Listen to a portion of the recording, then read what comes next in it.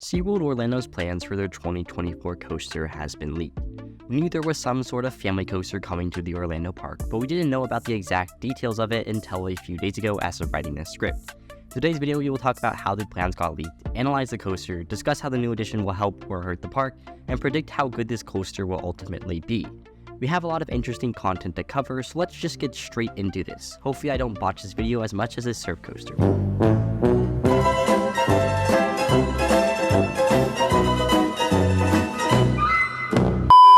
So what is this new coaster? Well, it's a family launch coaster. We kind of already knew that based on the plot of land it was taking and some of the leaked plans back in March.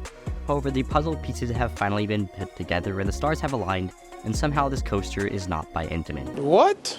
Bro, what are you talking about, man? Yep, you heard that right. This coaster is not by Intamin. You think after SeaWorld purchasing 2 Intamin multifamily launch coasters in 2023, they would go for a third in 2024, but they aren't. I just can't believe it. They built Arctic Rescue at SeaWorld San Diego, Dark Coaster at Busch Gardens, and they already have Wavebreaker at San Antonio. It was just kind of assumed that Project Toboggan would be a straddle coaster by Intamin. Going completely off topic here, but they shouldn't be called straddle coasters because you're barely straddling anything. It feels like a normal seat. Anyways, well, who is building this new coaster? It's none other than Bolliger and Mabillard. Can you believe that? BMM, out of all people, is who I would think of last. My mind cannot fathom how you would work with a company for 6 years buying one specific model, but when it's time to put that model into your flagship park, you just don't. From a completely outsider's perspective, this decision makes no sense. The Intamin straddles at SeaWorld parks have been running relatively fine. I've only been on Arctic Rescue, and it seems to have a good amount of uptime. They do run one train on it occasionally, but there still is a lot of uptime. I think Intamin has fixed most of their reliability problems with their newer models, especially the LSM models, so if I was SeaWorld, I would be fine continuing with the trend with Intamin.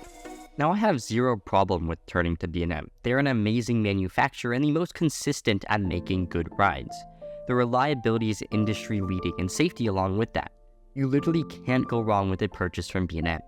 The one problem is, they are super expensive, and to get a family launch coaster from them is definitely on the more pricier side.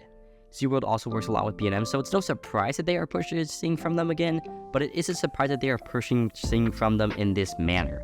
I can think of a ton of manufacturers that can offer a similar product for a much cheaper price. Intamin and Vekoma come first to mind. Anyway, SeaWorld is showing their big boy flexing skills and buying another B&M. I'm not complaining, but it just surprised me. Before going into the physical coaster, I want to talk a little bit about the discovery process because it intrigued me a lot and maybe it will intrigue you too.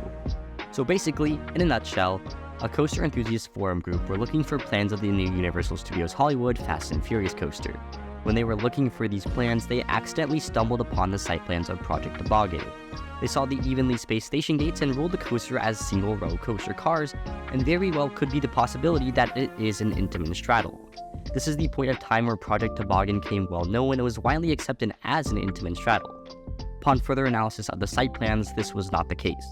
The first issue was that the site plans for Project Toboggan did not align with Dark Coaster or Arctic Rescue in the case of train length.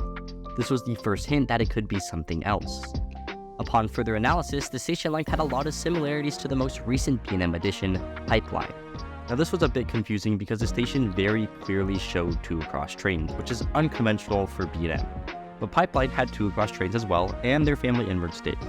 Upon further analysis of the footings, a lot of them shared similar shapes to other B&M coasters, Pipeline, Thunderbird, and Dorney Park's new dive coaster to point out the main ones. With this knowledge, it was very safe to assume this was in fact a B&M and not an Intamin straddle.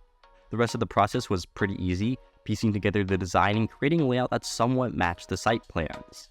And that's the layout that we have now. It's mostly accurate to what it's going to look like, but it's not perfect. So yes, B&M is able to do sit-down family coasters, and we knew that they could do this before because when building the family invert model over in China, they said they could put the trains above and below the track, so now it's time to go over. My question is, if you are already going to buy a B&M, why buy this model? I feel like one of those family wing coasters that are going around would be perfect. It would also be completely unique to the park and add a cool gimmick while supplying a solid family coaster. But maybe SeaWorld wanted a more tamer family coaster after Icebreaker was a bit too much. Nevertheless, this fills the family coaster gap that SeaWorld Orlando didn't have. One more thing to mention is that SeaWorld Orlando might have the most amount of B&Ms in the world. This would be their 5th B&M coaster. Magic Mountain only has 4, Cedar Point only has 4, both of the Busch Garden parks only have 3, I'm trying to think of a park with more B&Ms, but none are coming to mind. Maybe something random in China might have one? I don't know, you can let me know in the comment section down below. Now we can finally get to talking about the coaster itself. This coaster starts off with a dark ride segment, and I really appreciate that. As a person who thoroughly enjoys theming, I am excited that there is a pre-launch segment. Now we know SeaWorld has failed at dark rides before, but they have done some good stuff like with Journey to Atlantis. I also do enjoy Manta's pre-launch dark ride / show, and I think SeaWorld can pull this off very well if done correctly. The rest of the layout is a series of 2 launches and a bunch of twists and turns.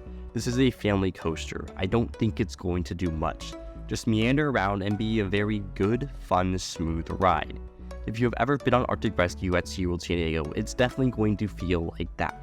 There may be some short positive G's coming out of the launches, but the ride is just going to be a butter smooth spaghetti bowl full of turns. I don't think we are going to see any major pops of ejector, maybe some mild floater at the very least. This is a family coaster, and it does what a family coaster is supposed to do. I mean, Manta at SeaWorld San Diego has ejector airtime as a family coaster, but I don't think it's going to happen here with B&M. So that's the coaster. Like I said, not the biggest, most grandest thing in the world, but it will fill in a much needed gap for families trying to bridge the gap for the next coaster up. In this case, it's Icebreaker. It's crazy to see so much investment going into SeaWorld parks, and this makes me even more excited for the future. It's also just another credit that I can get next time I am in Orlando. I'm really curious to see what the theming on-ride will look like. SeaWorld has really visited every end of the spectrum. I mean, look at Emperor. That thing sits on a plot of dirt with no roof over the station. And then if you look at Dark Coaster, well, that is pretty well themed. So it could be hit or miss, but since this is the Orlando park, I think we can expect some good things. For one thing, I'm taking a guess that this is themed to snowmobiles. I think that's pretty safe to assume. It fits with the whole SeaWorld thing in the Arctic section, and it's really what they have done in San Diego. However, they could probably theme this to a penguin if they really wanted to. It's called Project Toboggan, so sledding or snowmobiling is the safe guess. So now where is this coaster going to end up in terms of park rankings? I'm sorry, but this is no way going to be better than Mako, Kraken, Manta, Icebreaker, or Pipeline. There's just no way. Maybe on a very rare occasion this could be Journey to Atlantis, but even then that has really good theming, so it would be a stretch. It will be better than Super Grover's Boxcar Derby, but that isn't a big achievement. However, it's still a much-needed addition to a park lacking with family thrill rides. I do still question the decision to go with B&M over Intamin and the decision to do a normal sit-down. I think a wing coaster would be straight fire. But nevertheless, this is a good addition and much needed at this park, and I am excited to get out and ride this one day.